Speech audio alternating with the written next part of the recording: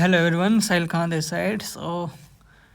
Polity के ये notes हैं और हम पॉलिटी कर रहे हैं, तो कुछ थीम्स हैं और टॉपिक्स हैं जो हमें कवर करनी है। पहले यूनिट 1 हिस्टोरिकल बैकग्राउंड, एक क्वेश्चन आता है हमेशा। या तो हम इसको मॉडर्न का मान लें या फिर हिस्ट्री का मान लें। मेकिंग ऑफ द कॉन्स्टिट्यूशन से भी एक क्वेश्चन आता है, बाकी फंडामेंटल राइट से 2 या 3 क्वेश्चन आते हैं। DPSB, basic structure, majority, amendment.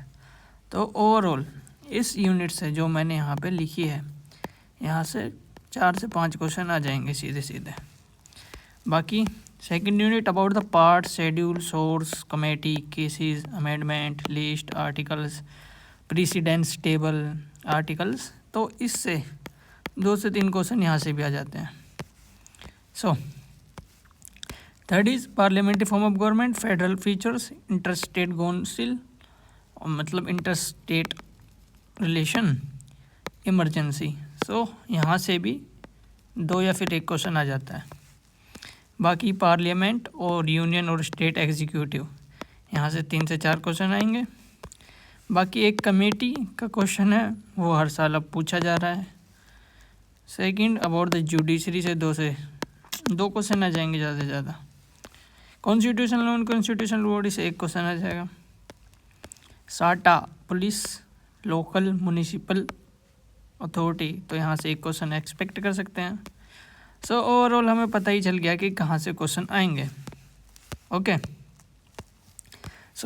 ये वाला जो चैप्टर है हिस्टोरिकल बैकग्राउंड, ये पहले भी मैंने डिस्कस किया हुआ है, इसको हम स्किप कर देंगे।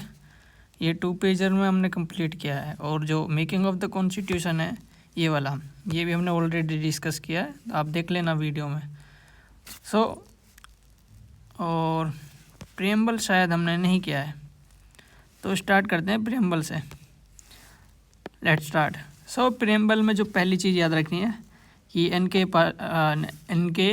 पालकी वाला है, उन्होंने इसको आइडेंटिटी कार्ड कहा है।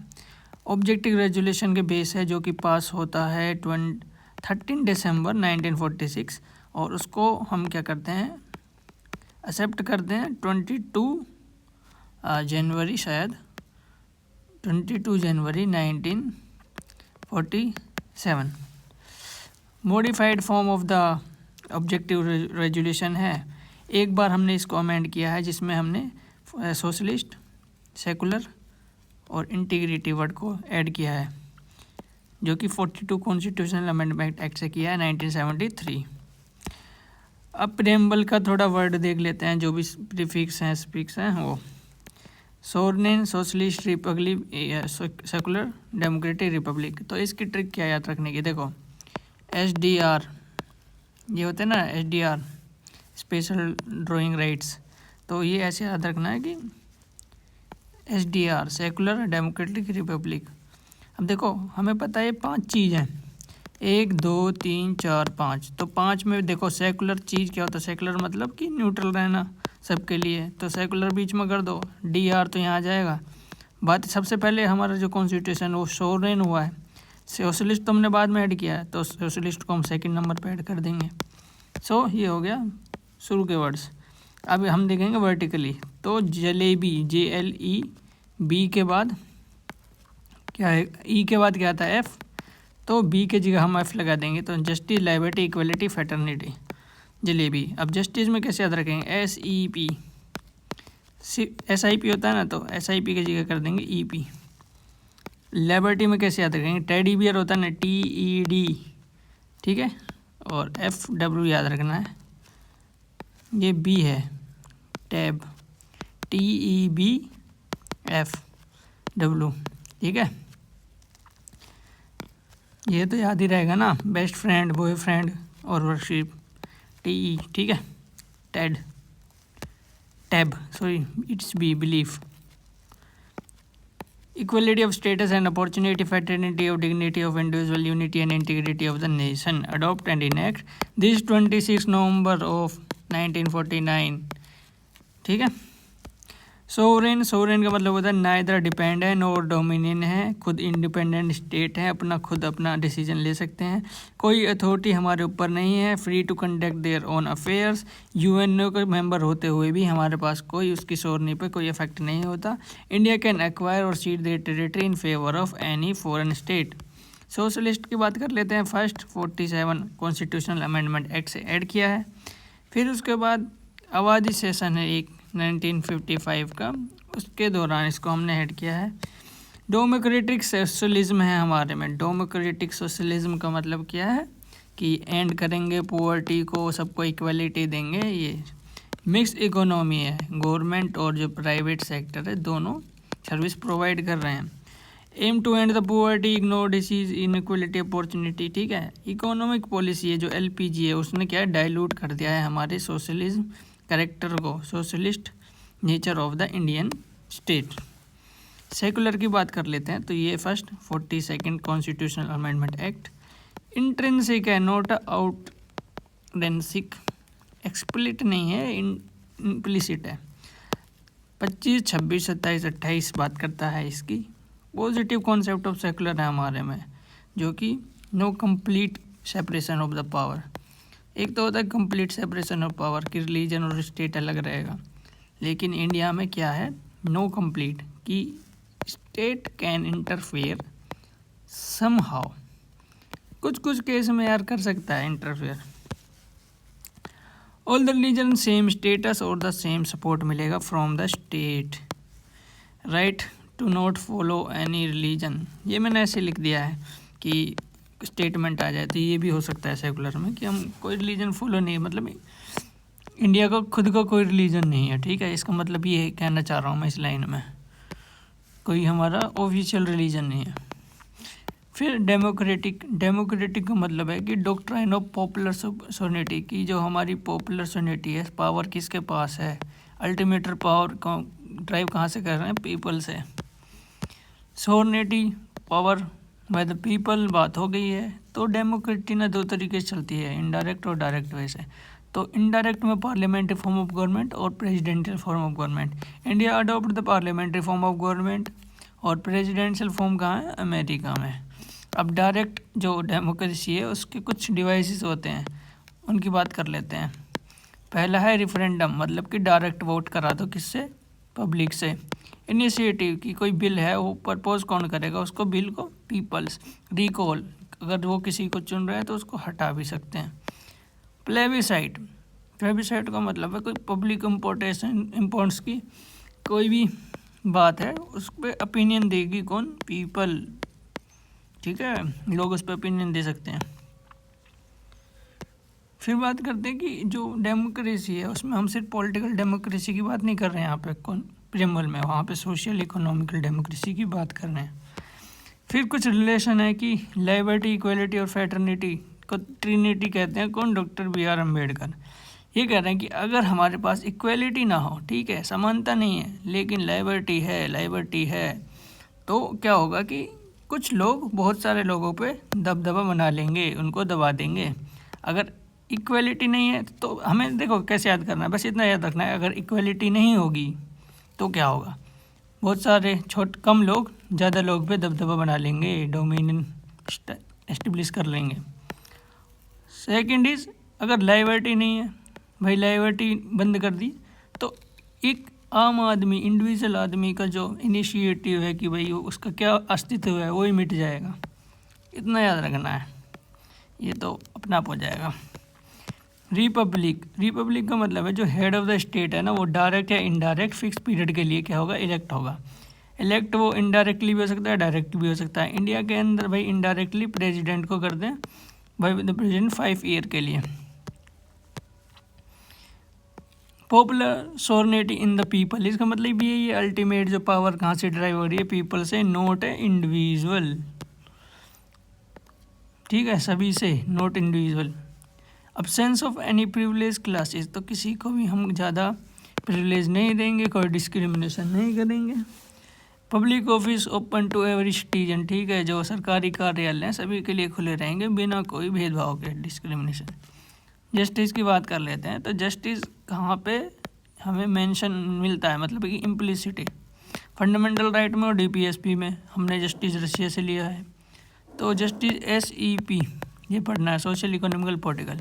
सोशल का मतलब है कि equal treatment without distinction on the basis of caste, colour, race, religion, sex, absence of the privilege, ठीक है, प्रिविलेज का अब्सेंस होना चाहिए।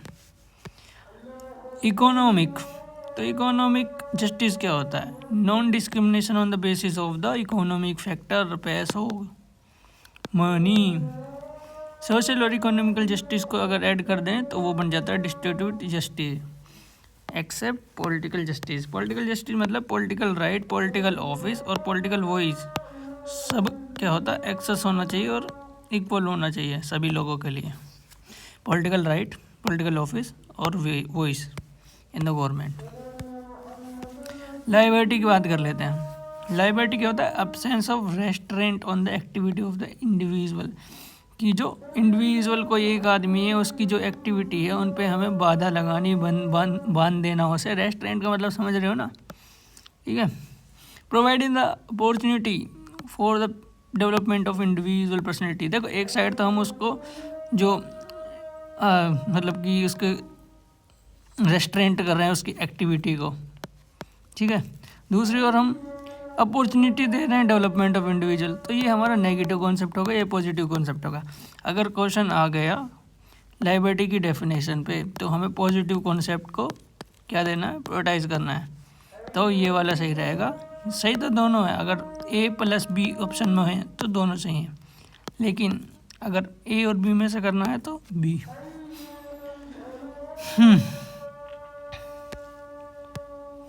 ये कह रहा है कि लाइबिलिटी का मतलब ये नहीं है कि जो मन में वो करो, ठीक है। Not a licence to the whatever to do, not absolute but qualified, कि भाई अगर गवर्नमेंट चाहे तो कुछ भी रीजनेबल रिस्ट्रिक्शन लगा सकती है। नोट एब्सोल्यूट बट क्वालिफाइड है। ये हमने कहाँ से लिया है लाइबिलिटी? फ्रेंच रिवोल्यूशन से, ओके। इक्वलिटी, इक्वलिटी का मतलब क्या होता है? Absence of special privilege to any section of the society, किसी का हम स्पेशल फील नहीं कराना, कुछ प्रिविलेज नहीं देनी है। Provision to educate opportunity all the individual without any discrimination, देखो सेम यही है। Providing the development of individual personality, opportunity देनी है इंडिविजुअल को लिए विदाउट डिस्क्रिमिनेशन, यहाँ पे फोकस करना है। तो यहाँ पे नेगेटिव कॉन्सेप्ट, यहाँ पे पॉजिटिव कॉन्सेप्ट। अगर क्वेश्चन में पूछा गया तो हमें क्या लगाना है? ये वाला। अगर दोनों में से एक बताना है तो बी। अब बात कर लेते हैं इन राइट्स की। कुछ सिविक्स होते हैं, इक्वलिटी, पॉलिटिकल इक्वलिटी होती है और इकोनॉमिक इक्वलिटी होती है। सिविल इक्वलिटी कौन सी है? 14, 15, 16, 17, 18 ये आर्टिकल हैं। पॉलिटिकल इक्वलिटी जहाँ पॉलिटिकल लेवल पे हमें इक्वलिटी मिल रही हो, 325, 326 आर्टिकल हैं। 325 कहता है कि इलेक्शन हो रहा है लोकसभा का, तो जो 18+ है वो सबको वोट देने का अधिकार है, उसको इलेक्टोरल लिस्ट है उसमें ऐड करने का अधिकार है। 326 कह रहा है कि कॉन्टेस्ट करने का अधिकार है, कोई भी लड़ सकता है अगर वो एलिजिबल है लोकसभा के इलेक्शन के लिए। Economic equality 39, equal pay for equal work, कि मतलब कि वुमेन और मैन दोनों काम कर रहे हैं तो उनको इक्वल पेमेंट मिलनी चाहिए अगर वो इक्वल काम कर रहे हैं। So it is DPSP, okay. और ये फंडामेंटल राइट्स, और ये इसको कहेंगे हम कॉन्स्टिट्यूशनल राइट्स। अब बात करते हैं फ्रेटर्निटी की। फ्रेटर्निटी मतलब भाईचारा, बंधुता, सेंस ऑफ ब्रदरहुड, भाईचारे की एक सेंस। आर्टिकल 51A, ठीक है। ड्यूटीज़ उसमें भी कहा है कि फ्रेटर्निटी के बारे में कि ब्रदरहुड हमें रखना चाहिए। इससे क्या होता है? ये अश्योर करता है 2 thing. Dignity of the individual, नैतिकता of the individual, unity and the integrity of nation, भाई एक साथ रहे, इंटीग्रेट रहे नेशन, इसको ये क्या करता है? अश्योर करता है ये चीज़। अब बात कर लें dignity. Dignity of the individual का मतलब क्या है यहाँ पे? Ensure the both thing, material betterment भी होना चाहिए, पैसे वैसे भी आना चाहिए, और डेमोक्रेटिक सेटअप भी मेंटेन होना चाहिए, और रिकोनाइज करे कि personality of the individual is sacred, कि एक आदमी अपने अंदर सेक्रेड है।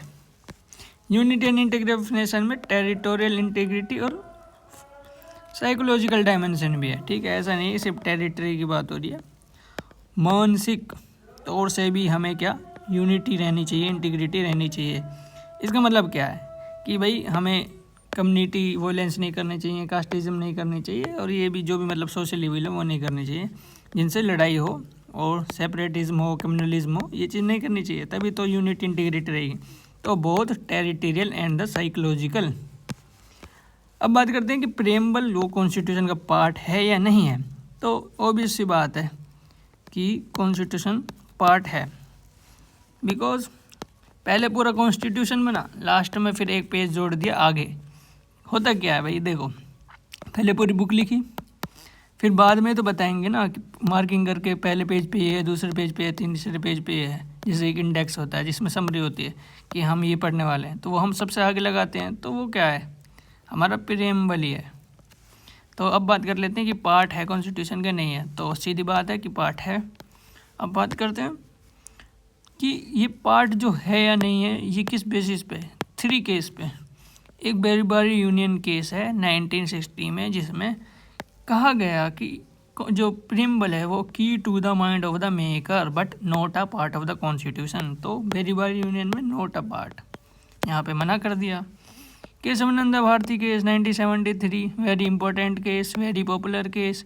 इन्होंने कहा कि जो कॉन्स्टिट्यूशन है वो इंटरप्रेट होना चाहिए grand noble vision of the constitution of the preamble. कह रहा है कि प्रेम्बल की बहुत इंपॉर्टेंस है, इसलिए हम इसको पार्ट मान रहे हैं।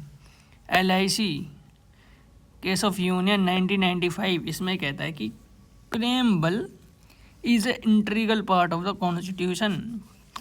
तो ये जो फ्रेजेज हैं वो हमें सीधे सीधे याद करने हैं। बारी यूनियन केस में कहा है key to mind of the maker, लेकिन इंक्लूड नहीं किया, not a part. Interpretation of the constitution under the grand noble vision of the preamble, तो इसका मतलब पार्ट है, इसमें इंक्लूड कर लिया है, इसमें नहीं किया है। Integral part of the constitution, part है, तो नहीं है। ओके जी, ये फ्रेजेज हैं वो याद कर लेना, सीधा उठा के पूछ लेगा। 2 चीज़ें इंपॉर्टेंट है, ना इधर को source of power of the constitution, कि ना तो पावर का सोर्स है और ना ही वो लिमिट लगाता है, ठीक है। प्रीएम्बल से कोई पावर थोड़ी मिलती है, और ना वो किसी को लिमिट करता है कि तुम ये चीज़ मत करो, वो तो जस्ट समरी है भाई। पर वो इसका यूज़ क्या है, जब भी धरती पे कोई संकट आता है, आई मीन टू से कॉन्स्टिट्यूशन में कभी वैलिडिटी किसी भी लॉ की हम चेक करेंगे तो इसको हम रेफ़र कर सकते हैं प्रेम्बल को। तो शक्तिमान आता है ना, जैसे नहीं बालवीर आता है, जब जब धरती पे संकट आएगा तो बालवीर आएगा तो उसी हिसाब से प्रेम्बल आएगा। अब बात करते हैं यूटीज़ की, तो प्रेम्बल फिनिश हो गया, इतना ही था।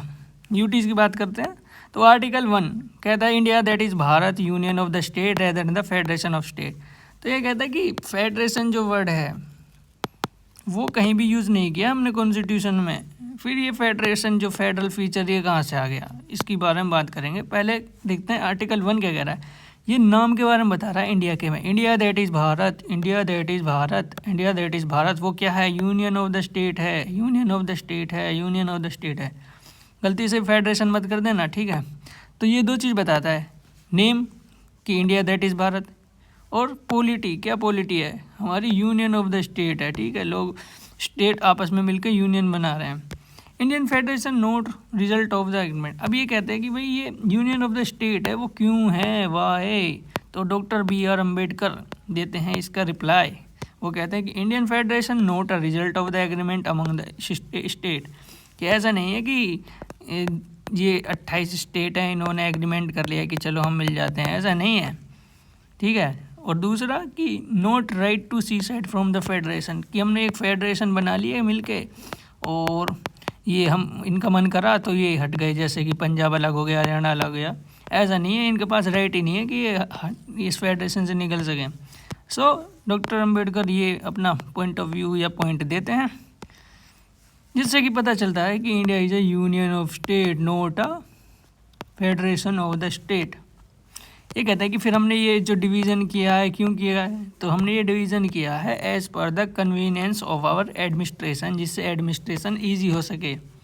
आर्टिकल 1 है, ठीक है, वो बताता है कि जो स्टेट है ना और जो यूटी है उनके बीच में डिफरेंस बताता है कि टेरिटरी ऑफ द इंडिया वो ब्रॉडर टर्म है यूनियन ऑफ द इंडिया से, because territory of the India में 3 चीज़ हम काउंट करते हैं, क्या? Territory of state, territory of UT and territory may be acquired in the future, जो हम फ्यूचर में एक्वायर्ड करेंगे। अब जैसे कि फॉर एग्जांपल हमने कौन सी करी थी, दमन दीव, दादरा नगर हवेली, पुडुचेरी, सिक्किम, सो ये इसी वाले से करी थी। Article 2, parliament has power to establish और एडमिट द न्यू स्टेट। इसका एस्टेब्लिशमेंट का मतलब है न्यू स्टेट क्रिएट हो रहा है, एडमिट मतलब कि वो पहले से एग्जिस्ट कर होता है लेकिन हम उसे अपने क्या इंडिया में एडमिट कर रहे हैं। Okay. Article 3, separation, addition, increasing area, decreasing area, alter the boundary, alter the name of the state. तो ये सब कुछ स्टेट के साथ कुछ छेड़छाड़, स्टेट और यूटी के साथ छेड़छाड़ हो रही है, जैसे कि सेपरेट कर दिया, 2 को मिला दिया, एरिया इंक्रीज कर दिया, एक एरिया डिक्रीज कर दिया, बाउंड्री को अल्टर कर दिया, नेम बदल दिया। ये सब कौन से आर्टिकल से हो रहा है? आर्टिकल 3 से। अब जो ये 2 और 3 आर्टिकल के बीच में जो ये कार्रवाई चल रही है, इसका एक प्रोसीड्योर होता है पूरा कि पार्लियामेंट ही कर सकती है, pre recommendation of the president चाहिए और स्टेट लेजिस्लेटिव असेंबली नहीं कर सकती। और फॉर एग्जांपल पार्लियामेंट ने इनिशिएट किया, सबसे पहले जाएगा प्रेसिडेंट के पास परमिशन के लिए, फिर पार्लियामेंट में आएगा, पार्लियामेंट फिर स्टेट लेजिस्लेचर को भेजेगी और एक टाइम बताएगी कि 10 दिन, 20 दिन, 15 दिन के अंदर तुम्हें जवाब देना है। फिर वो जवाब यहाँ आएगा वापस पार्लियामेंट के पास, और पार्लियामेंट के लिए जो स्टेट लेजिस्लेचर ने जो भी जवाब दिया है वो बाइंडिंग नहीं है कि इसको करो मत करो, वो उनकी मन मर्जी है कि वो चाहें तो उनकी जो रिकमेंडेशन है उनको मान सकते हैं या फिर नहीं मान सकते। और ऐसा यूटी के केस में है ही नहीं बिल्कुल, उसके में प्रेसिडेंट डायरेक्ट कर देते हैं। Parliament can redraw the political map of India, ठीक है, अगर यहाँ पे फंसा देगा कि president can redraw the political map of India तो पार्लियामेंट है। अब बात कर लेते हैं इंडिया के अंदर ना एक चीज़ है इंडस्ट्रियल, ये क्या लिख दिया मैंने, ये मेरे को पता ही नहीं है, ऑफ इंडस्ट्रियल स्टेट। इसका मतलब ये है कि हम यूनियन, अच्छा यूनियन, तो इंडस्ट्रियल मतलब कि हम तोड़ नहीं सकते, डिस्ट्रॉय नहीं कर सकते यूनियन को, जबकि हम स्टेट्स को, जो हमारी स्टेट्स हैं उनको क्या करते हैं, अल्टर और डिस्ट्रॉय कर सकते हैं। इंडेस्ट्रक्टेबल यूनियन ऑफ डिस्ट्रक्टेबल स्टेट्स, समझ गए ना मेरा मतलब? ठीक है, कि यूनियन नहीं टूट सकता, स्टेट टूट सकते हैं, ख़त्म, यही बात है देसी भाषा में। Article 4, laws made under the article 3 and 2, जो हम लॉ बना रहे हैं, जो चीज़ हम यहाँ कार्रवाई कर रहे हैं आर्टिकल 2 से और 3 से, वो कार्रवाई हो रही है तो वो एक अमेंडमेंट के थ्रू नहीं होगी, उसको एक अमेंडमेंट नहीं कहा जाएगा अंडर आर्टिकल 368, ठीक है, उसको हम सिंपल मेजॉरिटी से पास कर देंगे, जिसको ऑर्डिनरी मेजॉरिटी कहते हैं, ऑर्डिनरी लेजिस्लेटिव प्रोसेस से, ठीक है। तो वहाँ पे क्या लग रही है, simple majority, note come under the 368, amendment नहीं है वो। अब बात कर रहे हैं कि अगर हम कोई अपनी टेरिटरी सीड कर रहे हैं किसी और फॉरेन कंट्री को, या फिर उनसे ले रहे हैं, तो वो चीज़ होगी अमेंडमेंट के थ्रू। जैसे कि हमने बेरोबारी का जो सेटलमेंट किया था उसमें 9 कॉन्स्टिट्यूशनल अमेंडमेंट के थ्रू ये काम हुआ था। अब कह रहे हैं कि अगर हम बाउंड्री का सेटलमेंट कर रहे हैं किसी कंट्री से, तो उसके लिए कोई भाई अमेंडमेंट की ज़रूरत नहीं है, तो एक एग्जीक्यूटिव एक्शन से वो हो जाएगा। जैसे कि क्या, जैसे बांग्लादेश है, बांग्लादेश का हमने जो सेटलमेंट किया था कि हमने 111 बांग्लादेश को अपने इनक्लेव्स दिए थे और 51 वहाँ से लिए थे, तो उसके लिए हमने 100 कॉन्स्टिट्यूशनल अमेंडमेंट एक्ट यूज़ किया था, ठीक है, इसके थ्रू हुआ था। अब बात कर लेते हैं इंटीग्रेशन ऑफ द स्टेट्स, कि भाई शुरू में जब 552 प्रिंसली स्टेट थे, उनमें से 549 वो इंडिया के अंदर एडमिट हो गए थे, लेकिन 3 ऐसे थे तो उन्होंने कहा कि हम इंडिपेंडेंट रहेंगे। कौन कौन से थे? कश्मीर, जूनागढ़, हैदराबाद। देखो हैदराबाद के लोग क्या है, हैदराबादी बिरयानी, पुलाव, तो वो क्या करेंगे, बिना डंडे के मानेंगे नहीं, वो कहेंगे हम हैं। तो पुलिस से डंडे खाए तो वो माने कि हाँ हम आ गए इंडिया के अंदर। और कश्मीर वाला है, आपको पता है कि मोदी जी उन्होंने छीना है कश्मीर को, एक्सेशन। और जूनागढ़ वाले लोग हैं ना, वो कह रहे हैं कि भाई हम तो ऐसे ही मान जाएंगे, हमें बातचीत मत, हमें ना छीनो ना हम पे डंडे बरसाओ, हम तो राजी हैं। रेफरेंडम हुआ कि पीपल ही मान गए वहाँ के। तो पहले 4 पार्ट होते थे, ABCD। तो ए में 9, 9, 10, 1। तो ए में क्या होता है, गवर्नर प्रोविंसेस, बी में प्रिंसली स्टेट, सी में चीफ कमिश्नर प्रोविंसेस और डी में यूटी। ठीक है, ये होता था। तो इसको क्या करा, अबोलिश। एस के इधर एक ये कमीशन बनती है किसके लिए, स्टेट फॉर्मेशन के लिए, कि भाई नए स्टेट फॉर्म करने हैं, उसके लिए 3 कमीशन है हमारी, एस के इधर, JVP और फजल अली कमीशन। तो इनका सीक्वेंस याद रखना है, जून 1948, दिसंबर 1948 और फजल अली 1953। तो एस के इधर वाली बनती है, ये कहते हैं कि भाई 1 लैंग्वेज 1 स्टेट, ये चीज़ नहीं हो सकती। ठीक है, एक लैंग्वेज और उसके बेस पे एक स्टेट नहीं बन सकता। JVP कमेटी आती है दिसंबर में, इसके जो मेंबर थे वो कौन कौन थे ये याद रखना है, ये पूछ लिया जाता है। जवाहरलाल नेहरू, वल्लभ भाई पटेल और पोटी श्रीमल्लू, नहीं ये पोटी श्रीमल्लू तो ये थे, क्या नाम है, जिन्होंने आंध्र प्रदेश के लिए हंगर स्ट्राइक की थी। तो जवाहरलाल नेहरू, वल्लभ भाई और शहीद पट्टा भाई सीतारामैया। आई थिंक गलत हो सकता है, चेक कर सकते हैं यार, पर अभी मेरे पास बुक नहीं है, देख लेंगे। तो पट्टा भाई सीतारामैया होगा इसका, JVP। तो ये क्रोनोलॉजी याद रखनी है, इसके इधर JVP और फजल अली। तो JVP के बाद क्या हुआ, 1953 में आंध्र प्रदेश की एक डिमांड हुई कि जो आंध्र बोलने वाले हैं उनको मद्रास से सेपरेट करा जाए और आंध्र प्रदेश बनाया जाए। 1953 में एक आदमी है, पर्सनैलिटी है, पोटी श्रीमल्लू, इन्होंने 56 डेज़ का हंगर स्ट्राइक किया था और ये डेथ हो गई थी इनकी। और उसके बाद जो एगिटेशन हुए तो आंध्र प्रदेश बना। अब 1953 ये इवेंट है, मतलब कि इम्पोर्टेंट है, पूछ लिया जाता है। तो भाई फजल अली कमीशन बनेगी तीसरी, जिसके बेसिस पे हमारा क्या ये 16 and 4 स्टेट, 16 स्टेट और 16 स्टेट एंड 4 यूटीज़ की रिकमेंडेशन देंगे ये। ठीक है, तो फजल अली के साथ साथ 2 मेंबर और थे इनकी कमीशन में, वो कौन कौन थे, पानीकर और HN खुजरो। तो इसकी ट्रिक क्या है, जब फजल अली पानी में घुंघरू पहन के छमछम कर रहे हैं, मतलब घूम रहे हैं, फजल अली पानी में घुंघरू, तो ये अपनी रिपोर्ट को सबमिट करेंगे 95 में। तो ये रिकमेंड करेंगे कि 16 स्टेट बना दो और 4 यूटी बना दो। लेकिन होगा क्या, 16 की जगह क्या बनेंगी, 14 तो बनेंगी स्टेट और 6 बनेंगी यूटी। ओके, ये याद रखना कि कितना रिकमेंडेशन दिया और कितना बना। इन्होंने कुछ बेसिस फैक्टर लिए थे किस बेस पे बनने चाहिए, इन्होंने भी मना कर दिया था कि 1 लैंग्वेज और 1 स्टेट नहीं होगा, लेकिन हम इसको कंसीडर करेंगे लैंग्वेज को एज अ फैक्टर। यूनिटी और सिक्योरिटी को देखा जाएगा, कल्चर होमोजिनिटी को देखा जाएगा, फाइनेंशियल, इकोनॉमिक, एडमिनिस्ट्रेटिव जो फैक्टर उनको देखा जाएगा, और welfare of the nation, of individual and as well as state, तो उनको भी देखा जाएगा। तो अब बात करते हैं कि कैसे स्टेट की फॉर्मेशन बनी और रीऑर्गेनाइजेशन हुआ, इस पे बात करते हैं। ठीक है, तो सबसे पहले कि कौन सा शेड्यूल है जो इससे इम्पेक्ट होगा, वो होगा 7th शेड्यूल, कौन सा अमेंडमेंट के थ्रू ये चीज़ हो रही है, 7 कॉन्स्टिट्यूशनल अमेंडमेंट एक्ट। 14 और 6 यूटी बनेंगे 1 नवंबर 1956 को।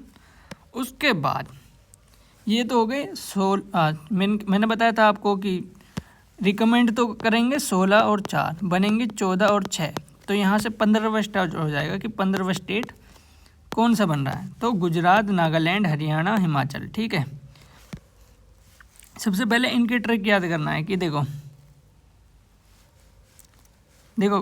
जो नाग है ना, नाग वो तो है गंजा तो गंजा नाग, हरा हिमाचल, गंजा नाग हरा हिमाचल, ठीक है, इतना याद करना है पहले।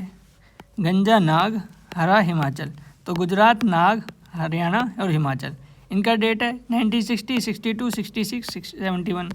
अब देखो मणिपुर, त्रिपुरा और मेघालय, इनका जो ट्रिक है वो है MTM, मातम, तो MTM। फिर सिक्किम को हमको याद रखना पड़ेगा 75 में, और ये वैसे भी याद रहता है। और इसका कॉन्स्टिट्यूशनल अमेंडमेंट एक्ट है 36, जिससे ये फुल स्टेट बना था। 35 से एसोसिएट स्टेट बना था, और 22 से ऑटोनोमस स्टेट बना था, ठीक है। अब बात करते हैं, ये याद हो गया कि गंजा नाग, हरा हिमाचल, मातम, और सिक्किम को याद करना है। अब देखो इसकी ट्रिक क्या है। मिज़ोरम, अरुणाचल एंड गोवा, इसकी है मग्गा होता है ना, मग्गा, तो वो मग, और ये है चुग, मग और चुग, ठीक है, चुग। झारखंड, तो मिजोरम, अरुणाचल, गोवा 1987 में बन रहे हैं। चुग छत्तीसगढ़, यूके उत्तराखंड, और झारखंड ये बन रहे हैं 2000 में, ठीक है। अब देखो छत्तीसगढ़ है वो कहाँ से निकल रहा है, MP से निकला है कट के, और यूपी से उत्तराखंड निकला है, बिहार से झारखंड निकला है। फिर ये तो याद है सबको, तेलंगाना 2014 में बना है, जैसे मोदी की गवर्नमेंट आई है। मोदी जी हमारे रिस्पेक्टेड ऑनरेबल प्राइम मिनिस्टर, जब से उनकी गवर्नमेंट आई है तब से तेलंगाना को कर्व आउट किया था। तो उसके बाद 2019 की में हमारा जम्मू कश्मीर, उसके बाद ये। अब बात कर लेते हैं कुछ ना स्टेट है उनके नाम चेंज हुए थे, वो कैसे याद करने हैं। सबसे पहले भाई आ जाओ 1950 पे, बेस लाइन। अब इसमें क्या हुआ, यूनाइटेड प्रोविंसेस भाई सबसे इंपॉर्टेंट है, उसको यूपी बना दिया, उत्तर प्रदेश। फिर हम ऐड करेंगे 19 ईयर, 19 साल, ठीक है, उसमें 19 साल ऐड करेंगे। 1969 मद्रास को तमिलनाडु बना दिया। फिर ऐड करेंगे 4 साल और 73 मैसूर को कर्नाटक बना दिया, और लक्षद्वीप को लक्षद्वीप बना दिया। फिर ऐड करेंगे दोबारा 19 साल 92, तो national capital territory of Delhi बना दिया 69 कॉन्स्टिट्यूशनल अमेंडमेंट एक्ट से, ठीक है। अब फिर उसके बाद इसमें क्या उत्तरांचल और उत्तराखंड है, उसको हमें याद रखना है 2006 से और 2011। इसका भी ये है कि पहले 19 + 4 + 19 प्लस, अब देख लो कितना ऐड करना है इसमें, 8 14 ऐड करना है। देखो 19 + 14 + 19 + 14 + 6 और 7, ठीक है, 6 7 8 9 5। ओके, सो दिस इज, मैं दोबारा लिख देता हूँ कि पहले 1950 बेस मानना है, + 19 करना है, + 4 करना है, + 19 करना है, + 14 करना है, ठीक है, + 5 करना है। सो ये हमारा हो गया कि कैसे नेम चेंज हुआ है। अब बात करते हैं सिटीजनशिप की। तो सिटीजन जो वाला चैप्टर है उसकी बात कर रहे हैं हम। Citizen are the full member of Indian state, ठीक है, फुल मेंबर होते हैं। Enjoy all the civil and the political right, ठीक है। एनिमी एलियन है वो कौन से हैं, जो जिस टाइम हमारी कंट्री वॉर पे है और उनके साथ जिनके साथ वॉर हो रहा है वो हमारे एनिमी एलियन है। और एलियन क्या होते हैं कि अदर स्टेट के जो लोग होते हैं जो हमारे जो सिविल और पॉलिटिकल राइट को एंजॉय नहीं कर रहे, वो होते हैं एलियन। अब बात करते हैं नोट गेट राइट आर्टिकल 22। जो एनिमी एलियन होता है ना, उनको 22 प्रिवेंटिव डिटेंशन एक्ट होता है ना, उसमें जो प्रोटेक्शन होती है वो नहीं मिलती इनको, ठीक है, एनिमी एलियन को। अब कुछ ऐसे फंडामेंटल राइट हैं जो सिर्फ इंडियन को मिले हैं और किसी को नहीं मिले हैं। वो कौन कौन से हैं, 15, 16, 19, 29, 30, ये याद रखना है। 30 और 13 में इम्पोर्टेंस है। तो बात करते हैं सबसे पहले ये क्या है, 15 और 16 की बात कर लेता हूँ। 15 तो मेरे ख्याल से डिस्क्रिमिनेशन नहीं करेंगे, 16 है एम्प्लॉयमेंट में नहीं करेंगे, 19 है speech and freedom of speech and expression, 29 वो ये माइनॉरिटी कल्चर एंड वो प्रिजर्वेशन, और ये है कि वो अपना एजुकेशन और एडमिनिस्ट्रेशन संभालेंगे माइनॉरिटी। तो ये सारी चीज़ इंडियन को ही मिली हैं। वोट कर सकते हैं, कॉन्टेस्ट द इलेक्शन है, गवर्नमेंट ऑफिस को ये सब करते हैं। तो और the government service only for the Indians in India both the birth and neutralise citizen. Can become the president of India. तो भाई इंपॉर्टेंट है कि जो जिसने बाय द बर्थ और जो नेचुरलाइजेशन से सिटीजनशिप जिसको ने एक्वायर किया वो प्रेसिडेंट बनने के लिए एलिजिबल है। अब बात करते हैं कि आर्टिकल 5 to 11 ये सिटीजनशिप से डील करता है, लेकिन ये सिर्फ आइडेंटिफाई करता है कि कौन कौन सिटीजन ऑफ द इंडिया हैं at the time of the commencement of the constitution. अब बात कर लो कि कमेंसमेंट ऑफ द कॉन्स्टिट्यूशन की डेट ही क्या है। अगर इफ़ यू नो तो आप कमेंट में बताएं, बाकी मैं तो बता ही दूंगा। तो यहाँ पे कमेंसमेंट ऑफ द कॉन्स्टिट्यूशन की बात कर रहे हैं, कहाँ पे थे, हाँ यहाँ पे। तो ये जो डेट है 26 जनवरी 1950 की बात चल रही है, ठीक है। कॉन्स्टिट्यूशन अमेंडमेंट पार्लियामेंट ये कह रहा है कि कॉन्स्टिट्यूशन में कोई मेंशन नहीं कि भाई कैसे आदमी सिटीजनशिप को एक्वायर कर सकता है या लूज़ कर सकता है, कॉन्स्टिट्यूशन में मेंशन नहीं है। लेकिन कॉन्स्टिट्यूशन ऑथराइज करता है पार्लियामेंट को कि वो कोई भी लॉ बना सकता है इसके रिगार्डिंग। तो अब पार्लियामेंट लग जाता है काम पे। पार्लियामेंट क्या करता है, सिटीजनशिप अमेंडमेंट एक्ट 1955 को बनाता है, और जो कि 6 बार तो अमेंड हो चुका है। बाकी मैं श्योर नहीं हूँ कि 2023 में भी वो हुआ था पाकिस्तान वगैरह के लिए ना, कि वहाँ से माइनॉरिटीज आ सकता है, तो बाकी ये चेक करना है। लेकिन लक्ष्मीकांत में 6 बार है, बाकी अपडेट करके देख लेना। ये पूछा जा सकता है क्योंकि भाई अभी डिलिमिटेशन कमीशन का पूछ लेता ना कि कितने बार वो अमेंड हुई है, ठीक है, तो 4 बार था उसमें, तो ऐसे ही हो सकता है। आर्टिकल 5 है वो बताता है कि भाई जैसे हमने बात करी थी ना कमेंसमेंट पे कौन कौन है, तो उसी के बारे में बात कर रहा है कि भाई कमेंसमेंट ऑफ द कॉन्स्टिट्यूशन में कौन कौन इंडिया का सिटीजन है, जो बोर्न हुआ है, जिसके फादर और मदर उस टाइम पे बोर्न हुए थे, और जो 5 साल से रिसाइड कर रहा है, वो आर्टिकल 5 के अंडर में इंडिया का सिटीजन है। 6 बात करता है कि कुछ लोग जो पाकिस्तान से इंडिया में माइग्रेट कर गए थे, ठीक है, इंडिया से पाकिस्तान, पाकिस्तान से इंडिया। तो आर्टिकल जो 6 है वो पहले बात करेगा कि कुछ लोग हैं जो पाकिस्तान से आए हैं इंडिया, तो वो इंडिया के सिटीजन है या नहीं है। तो ये कह रहा है कि अगर वो उनकी 3 जनरेशन तक अगर कोई भी इंडियन है तो वो पाकिस्तान के सिटीजन है बिफोर द 19 जुलाई 1948। लेकिन आफ्टर दैट वो वहाँ पे ऑर्डिनरी रेजिडेंट मतलब कि 1 साल तक रह रहे हों। और लेकिन आफ्टर अब इसके बाद registered as a citizen of India, इस डेट के बाद वो रजिस्ट्रेशन हो जाना चाहिए as a citizen of India before the 6 month of the applying. Okay. Article 7 कह रहा है कि अगर कोई इंडियन है, पाकिस्तान चला गया, पाकिस्तान में मन नहीं लगा, फिर वापस इंडियन आ गया, तो उसके लिए क्या है, तो उसके लिए 6 महीने हैं, 6 महीने के अंदर में अपना काम कर ले। आर्टिकल 8 कहता है कि भाई 2 जनरेशन तक फादर या फिर ग्रैंडफादर अगर वो अनडिवाइडेड इंडिया में बोर्न हुए हैं और ऑर्डिनरली रिसाइड कर रहे हैं इंडिया में, तो वो क्या होंगे, सिटीजन ऑफ द इंडिया। और अगर ओवरसीज सिटीजन ऑफ इंडिया है ना, जो प्रोविज़न है वो भी आर्टिकल 8 के अंडर में आता है। ये चीज़ याद रखना कि ओवरसीज ऑफ सिटीजन वो आर्टिकल 8 के अंदर आएगा। आर्टिकल 9 है voluntary acquire the citizen of the another country, कि अगर उन्होंने अपने मन से किसी और कंट्री की सिटीजनशिप एक्वायर कर ली तो वो सिटीजन के इंडिया के सिटीजन नहीं रहेंगे। आर्टिकल 10 क्योंकि अगर ये कह रहा है कि सिटीजनशिप ऑफ द इंडिया वो इंडिया के लॉ के अकॉर्डिंग कंटिन्यू करेंगे जो देशवासी हम हैं।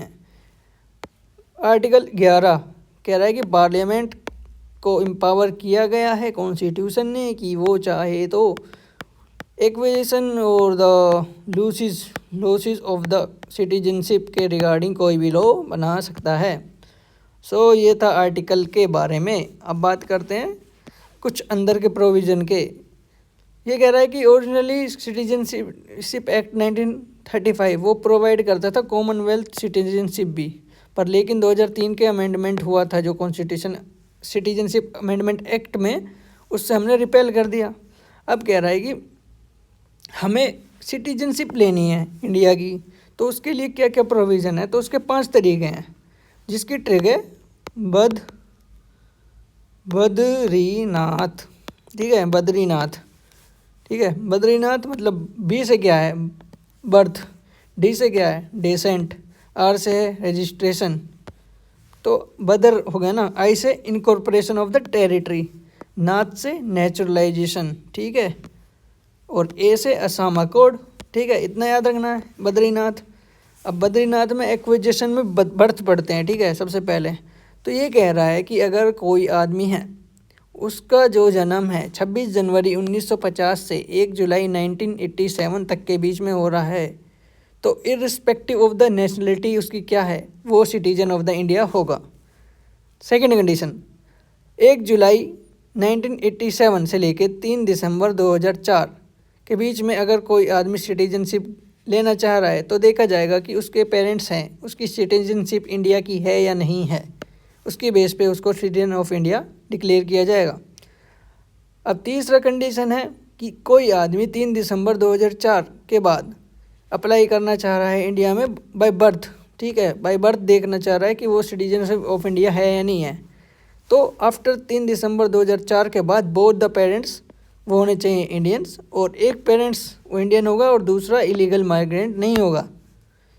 अब बात कर रहे हैं कि जो चिल्ड्रन हैं जो कि फॉरेन डिप्लोमेट्स के हैं, तो बाय बर्थ वो इंडियन की सिटीजनशिप नहीं ले सकते हैं, ना ही एनिमल एलियन ले सकते हैं। तो एनिमी एलियन भी नहीं, और जो फॉरेन डिप्लोमेट है वो बाय बर्थ नहीं ले सकते इंडिया की सिटीजनशिप, उनके बच्चे। डिसेंट की बात कर लेते हैं कि भाई डिसेंट वाले जो बोर्न आउटसाइड इंडिया हैं, ठीक है, उन पीपल की बात चल रही है, उन बालकों की बात चल रही है। 26 जनवरी 1950 से लेकर 10 दिसंबर 1952 के बीच में अगर कोई पर्सन बाय डिसेंट सिटीजनशिप लेना चाहता है तो उसके फादर की सिटीजनशिप देखी जाएगी at the time of the birth of the children. अब बात कर रहे हैं कि 10 दिसंबर 1992 से 3 दिसंबर 2004 तो दोनों पेरेंट्स की सिटीजनशिप देखी जाएगी, या तो फादर हो या मदर हो। आफ्टर 3 दिसंबर 2004 में हमें क्या है कि जब तक 1 साल के अंदर, ठीक है, 1 साल के अंदर जब तक उसका रजिस्ट्रेशन नहीं हो रहा तब तक उसको हम नहीं मानेंगे as a citizen of the India. After 18 plus, जब वो लड़का या बच्चा 18 प्लस का हो जाएगा तो विद इन 6 मंथ क्या होगा, एक से जो अपनी फर्स्ट सिटीजनशिप है या सेकंड सिटीजनशिप है, जैसे कि मान लो वो ऑस्ट्रेलिया में रह रहा है पहले, लेकिन बाय डिसेंट वो बन गया इंडिया का सिटीजन, तो जैसे ही वो 18 साल का होगा तो उसे इस ऑस्ट्रेलिया की सिटीजनशिप है वो क्या करनी पड़ेगी, लूज़ करनी पड़ेगी, तब वो इंडिया का सिटीजन बनेगा। अब बात करते हैं रजिस्ट्रेशन। तो रजिस्ट्रेशन कौन करता है, सेंट्रल गवर्नमेंट करती है। ये कह रहा है कि कोई इंडियन ओरिजिन है 7 साल से रह रहा है, कोई इंडिया ओरिजिन है जो बाहर रह रहा है, ठीक है, और तीसरा कोई भी है जो 7 साल से सिटीजन ऑफ इंडिया बन के रह रहा है, या फिर उनके माइनर बच्चे हैं, या फिर कोई पूरी उम्र का आदमी है जो 12 महीने से रह रहा है, या फिर कोई OCI है जो 5 साल से इंडिया में रह रहा है और जब उसने एप्लीकेशन लगाई है तो वो 12 साल लगातार रह रहा, वो 12 महीने वहाँ पे रह रहा है। तो इसमें ये कंडीशन है सेंट्रल गवर्नमेंट बनाएगी, और दूसरा ओथ लेनी पड़ेगी इनको, ठीक है, ओथ इज़ मैंडेटरी।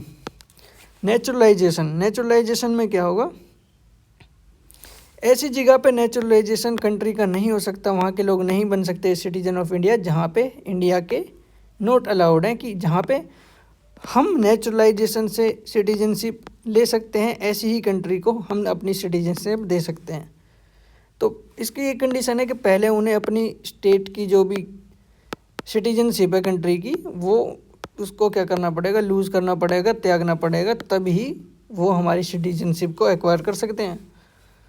ये कह रहा है कि उसको reside under the government of India की 12 महीने तक वहाँ पर रहना पड़ेगा, 11 साल तक अगर लगातार रहना पड़ेगा, और जो 8 शेड्यूल है उसकी कोई ना कोई एक लैंग्वेज आनी चाहिए, एक अच्छा गुड कैरेक्टर होना चाहिए। गवर्नमेंट ऑफ इंडिया कैन, ये कह रहा है कि गवर्नमेंट ऑफ इंडिया है ना, जो वो अगर चाहे तो जो ये कंडीशन अभी बताई है ना मैंने 5-6, तो वो सबको वेव ऑफ कर सकती है, कि माफ़ कर सकती है किसी के लिए। किस किस के लिए, कोई distinguish service to the science, philosophy, art and literature, peace and human progress, इसमें कोई बंदा है तो उसके लिए जो ये अभी कंडीशन हमने पढ़ी 4-5 सब कुछ माफ़ हो सकती हैं। कौन करेगी? गवर्नमेंट ऑफ इंडिया यहाँ पे फंसा देगा कि प्रेसिडेंट कर सकता है, तो ये याद रखना है। अब बात करते हैं इसमें किसमें, नेचुरलाइजेशन में भी ओथ मैंडेटरी है।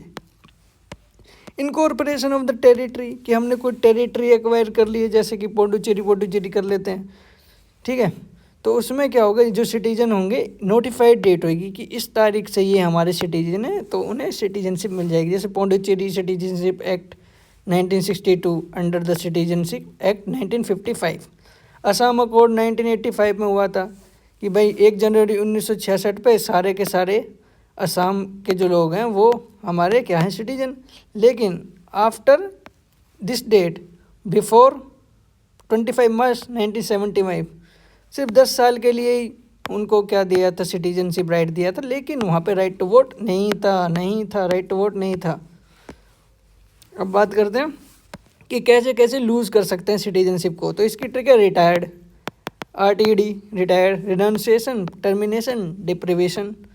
तो रिनाउंसिएशन की मतलब हमने फुल कैपेसिटी में, फुल एज में, मैं हो गया हूँ 18 साल का, और मैं कह रहा हूँ कि मुझे नहीं चाहिए यहाँ पे नहीं रहना और मुझे इंडिया की सिटीजन मैं त्याग कर रहा हूँ, तो ये हो गया renunciation. Every mind set of me, कि अगर मेरा कोई भी, अरे मेरा नहीं, मतलब कि अगर कोई भी पर्सन है ए, अगर उसने अपनी जो सिटीजनशिप है वो रिनाउंस कर दी, मतलब त्याग दी, तो उनका जो माइनर बच्चा है वो भी क्या है, उसकी भी सिटीजनशिप नहीं मानी जाएगी। लेकिन जब वो 18+ का हो जाएगा तो वो अपनी सिटीजनशिप को रिज्यूम कर सकता है, मतलब कि सिटीजन ऑफ इंडिया बन सकता है।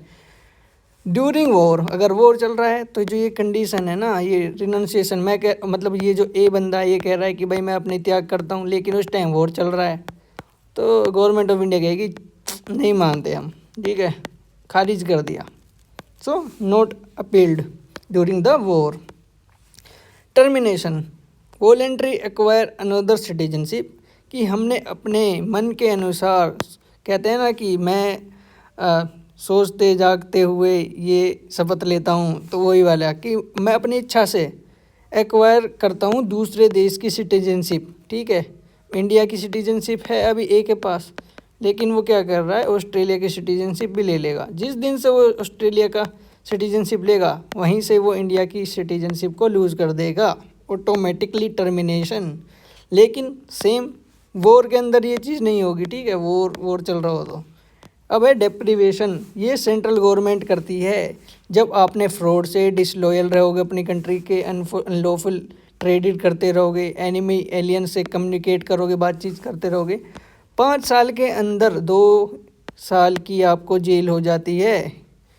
जब आपने नेचुरलाइजेशन या फिर आपने क्या नाम है, नेचुरलाइजेशन, और सेकंड इज रजिस्ट्रेशन। अगर आपने रजिस्ट्रेशन और नेचुरलाइजेशन से आपने पहले तो ली है, क्या नाम है, पहले तो आपने नेचुरलाइजेशन और कहाँ गया, रजिस्ट्रेशन से आपने सिटीजनशिप ली है, लेकिन फिर उसके ही 5 साल में 2 साल की आपको क्या हो जाती है, जेल हो जाती है। 5 साल के अंदर 2 साल की जेल हो जाती है। तो उसको भी हम क्या करेंगे, सेंट्रल गवर्नमेंट उसको डिप्राइव कर देगी, मतलब उसको ख़त्म कर देगी।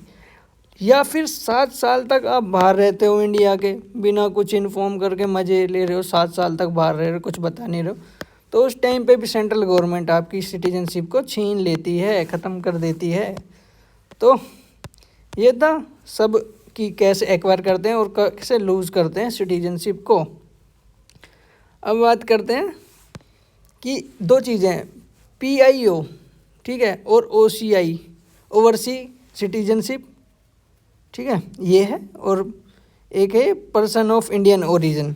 तो जो इनका बीच में सिर्फ 2-3 चीज़ याद रखना है कि इसका जो इंट्रोड्यूस किया था 2002 में और OCI को 2005 में, इन दोनों को मर्ज किया था 2015 में। तो OCI कार्ड होल्डर उस स्कीम को कहते हैं या फिर उस इनिशिएटिव को कहते हैं, और ये recommendation on the basis of LM Singhvi committee के बेस पे ये OCI वाला जो सिस्टम है वो हमने इंट्रोड्यूस किया था। OCI under the citizenship amendment act 1955 registered करेगा, तो 15,000 रुपये लगते हैं इसको रजिस्ट्रेशन कराने में। लेकिन पाकिस्तान और बांग्लादेश के लोग ओवर सिटीजनशिप जो सिटीजनशिप है OCI वाली वो नहीं ले सकते। अब इनके बेनिफिट क्या है कि मल्टीपल एंट्री मिलती है, कोई स्पेशल परमिशन नहीं लेनी पड़ती। लेकिन अगर अगर अगर रिसर्च वर्क कर रहे हैं ना तो इन्हें परमिशन लेनी पड़ती है। कुछ एक्सेप्शन है, FRRO रजिस्ट्रेशन होता है ना, ये नहीं करना पड़ता इन्हें। तो और जो NRI है ना उनके मतलब जो NRI के लिए रूल्स हैं, जो उनके लिए एक्सेप्शन है और जो भी है वो सेम यही रहता है, NRI के इक्वल रहते हैं। बस सिर्फ एक चीज़ में एक्सेप्शन है कि अगर एग्रीकल्चर और प्रॉपर्टी लैंड ले रहे हैं ना, एग्रीकल्चर प्लांटेशन वाली, तो वो चीज़ वो ये एक्वायर नहीं कर पाते। कौन? ये हमारे OCI। ओके। और मेरे ख्याल से NRI भी नहीं कर पाते, ये मुझे देखना पड़ेगा NRI वाला, आई एम नॉट श्योर। लेकिन हाँ कि OCI वाले तो नहीं ले पाते एग्रीकल्चर प्लांटेशन लैंड। अगर यू नो तो कमेंट में बताओ यार, बाकी मैं गूगल से देखूंगा ही। अब बात करते हैं कि जो टिकट होते हैं नेशनल पार्क के या फिर कुतुब मीनार के, तो सेम होते हैं ये किसके लिए? OCI के लिए। Can visit India without visa life long, कि भाई इंडिया विजिट करते हैं विदाउट वीज़ा लाइफ लॉन्ग, कभी भी आओ कभी भी जाओ। No registration of the police, का कोई रजिस्ट्रेशन नहीं होता इनके लिए। तो क्या कंडीशन है कि भाई कोई कैसे बन सकता है? PIO के लिए 7 साल तक इंडिया में रहे और OCI के लिए 5 साल और तक रहे और 12 महीने जब वो अप्लाई कर रहा है उससे 12 महीने तक लगातार वो इंडिया में रहे। अमेंडमेंट। अब अमेंडमेंट की बात कर रहे हैं कि अमेंडमेंट का क्या प्रोसेस है। तो अमेंडमेंट होता क्या है यार? कुछ भी एंट्री है कॉन्स्टिट्यूशन में, क्या करेंगे? कुछ हमें बढ़ाना है, घटाना है, कोई चेंजमेंट लाना है तो उसको कहते हैं अल्ट्रेशन। अल्ट्रेशन करनी है अमेंडमेंट में, कॉन्स्टिट्यूशन में, तो उसको कह रहे हैं अमेंडमेंट। तो ये आर्टिकल 368 इससे रिलेटेड है। पार्ट हमारा 20 है, 20। अब प्रोसेस क्या है, प्रोसीड्योर क्या है? तो लोकसभा और राज्यसभा दोनों इसको इनिशिएट कर सकती हैं अमेंडमेंट को, स्टेट लेजिस्लेटिव असेंबली नहीं कर सकती। प्राइवेट मेंबर, पब्लिक मेंबर दोनों ही इसको इनिशिएट कर सकते हैं। और प्रेसिडेंट की कोई इनिशियल रिक्वायरमेंट, जो परमिशन होती है वो नहीं रिक्वायर है, ठीक है। और जो ये एक्ट है, जो ये हमारा बिल है, ये must passed by the special majority. इसमें कौन सी मेजोरिटी लगती है? स्पेशल मेजोरिटी लगती है। स्पेशल मेजोरिटी कौन सी रहती है? 1/3 टोटल प्लस में 2/3 ऑफ प्रेजेंट एंड वोटिंग। फिर उसके बाद क्या होगा? मान लो लोकसभा ने ये पास किया था शुरू में, फिर ये भाई मान लो प्राइवेट ने किया था या फिर पब्लिक ने किया था, प्रेसिडेंट से इन्होंने कोई परमिशन नहीं ली, फिर उसके बाद लोकसभा ने 2/3 और स्पेशल मेजोरिटी से पास कर दिया। फिर इसके बाद लोकसभा के बाद इसने रेफ़र कर दिया राज्यसभा को, राज्यसभा ने भी सेम यही प्रोसेस किया। फिर भाई हुआ क्या कि इनके पास जब ये अमेंडमेंट सीन होता है ना, इसमें कोई जॉइंट सीटिंग होती नहीं है, ठीक है, ये बात याद रखना है। थर्ड कि अगर राज्यसभा ने पास कर दिया फिर जाएगा प्रेसिडेंट के पास, और प्रेसिडेंट के पास राइट नहीं है कि इसको वापस भेज दे रिकन्सिडरेशन के लिए या फिर विदहोल्ड कुछ भी कर दे, मस्ट गिव हिज असेंट। तो ये कॉन्स्टिट्यूशनल अमेंडमेंट के थ्रू ही हमने ये प्रोविज़न बनाया कि जो प्रेसिडेंट है उसको अपना असेंट ये देना ही देना है अमेंडमेंट के केस में। और इसका जो अमेंडमेंट है वो है शायद 61 CA कॉन्स्टिट्यूशन में, इसके थ्रू हमने ये प्रोविज़न बनाया है कि president should be given his assent for amendment bills, ठीक है। जॉइंट सीटिंग नहीं होएगी, ये बात कर लिए। अब एक थिंग और है कि अगर फेडरल स्ट्रक्चर में कुछ चेंज कर रहे हैं तो उस टाइम पे हमें क्या करना है? स्पेशल मेजोरिटी तो लगेगी, लेकिन हमें सिंपल मेजोरिटी हाफ किसकी लेनी पड़ेगी? स्टेट्स की, जो भी उससे कंसर्न स्टेट हैं, हाफ, ठीक है, प्रेजेंट एंड वोटिंग। अब बात कर लेते हैं, ये हो गया कि special majority plus half of legislature, ठीक है, ये फॉर फेडरल। अब बात करते हैं, और मस्ट गिव असेंट ये वाली बात कर ली हमने। अच्छा, ये देखो ये लिख रहा है 24 कॉन्स्टिट्यूशनल अमेंडमेंट एक्ट, ये बनाता है कि president must give his assent to the constitutional amendment act. Sorry यार, वो 61 कॉन्स्टिट्यूशनल अमेंडमेंट एक्ट मेरे ख्याल से वो था कि जो एज थी 21 से 18 कर दी थी, किसके लिए? वोटिंग राइट के लिए, है ना, यूनिवर्सल एडल्ट फ्रेंचाइज के लिए, शायद वो था ये 61। और ये असेंट वाला कौन सा है, 24 CAA, ठीक है। सो ये था। तो 368 के अंदर ना दो मेजोरिटी आती हैं, एक स्पेशल मेजोरिटी जो हमने बात कर ली, दूसरा हमारा रेटिफिकेशन ऑफ द सिंपल, मतलब फेडरल स्ट्रक्चर में चेंज करने वाला, ठीक है। अब मैं दोबारा एक्सप्लेन कर देता हूँ यार इसको। स्पेशल मेजोरिटी है, स्पेशल मेजोरिटी है कि half of total strength plus 2/3 of present and voting. और रेटिफिकेशन ये सेकंड वाली में है कि स्पेशल मेजोरिटी जो हमने ऊपर बात करी ये वाली, ये तो है ही है, प्लस हाफ ऑफ स्टेट्स, ठीक है, ये वाली बाय सिंपल मेजोरिटी। बाकी इनके अलावा कुछ मेजोरिटी हैं, सिंपल मेजोरिटी एक और होती है, लेकिन वो 368 के अंडर में फॉल नहीं करती। आर्टिकल 368 अमेंडमेंट के अंदर 2 ही फॉल करती हैं। बाकी जो थर्ड है सिंपल मेजोरिटी नोट इन 368, तो उसकी बात कर लेते हैं। पहले स्पेशल मेजोरिटी से कौन कौन से प्रोविज़न हम चेंज कर सकते हैं related to fundamental right, DPSP, और इनके अलावा जो फर्स्ट और थर्ड में नहीं है, मतलब इसमें और इसमें नहीं है। अब बात कर लेते हैं रेटिफिकेशन, कहाँ कहाँ स्टेट की रेटिफिकेशन जरूरत पड़ रही है। Election of president, supreme court, high court, GST, 7 schedule, article 368 itself, ठीक है, 368 इटसेल्फ। तो इसमें याद करने वाली चीज़ कौन सी है, supreme court, high court, president, GST और 368। अब इनके अलावा क्या चीज़ बच जाती है, देखो, executive power of the union, legislative power of the union and state, ठीक है, दोनों। तो लेजिस्लेटिव पावर, एग्जीक्यूटिव पावर, दो ये याद हो गए। तो इनके अलावा क्या चीज़ बच गई याद करने की, representation of the state of the parliament. अब देखो जैसे कि ये मेरे को ये सारा याद है, लेकिन representative of the state of the parliament मैं यहाँ पे भूल जाता हूँ, तो ये मेरे को ये याद करने की ज़रूरत है। तो 7 शेड्यूल इसमें है, याद रखना। अब सिंपल मेजोरिटी से क्या क्या चेंज कर सकते हैं, देखो आर्टिकल 2, आर्टिकल 3 आपको पता है क्या क्या है।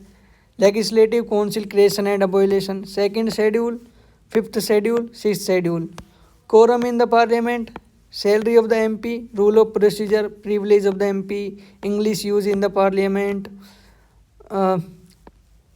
पुशिंग जज in supreme court, use of official language, citizenship, election to the parliament, state legislature assembly, delimitation commission, UTs, 5th 6th schedule already बात कर लिया है। और conferment of the more jurisdiction of the supreme court, ये वाली चीज़ वो मेरी याद नहीं रहती, तो ये मुझको याद करनी है। तो ऐसे कई बार याद करेंगे, रिवाइज करेंगे तो हो जाएगा। अब बात करते हैं basic structure of the constitution, और फिर उसके बाद हो गया है सब।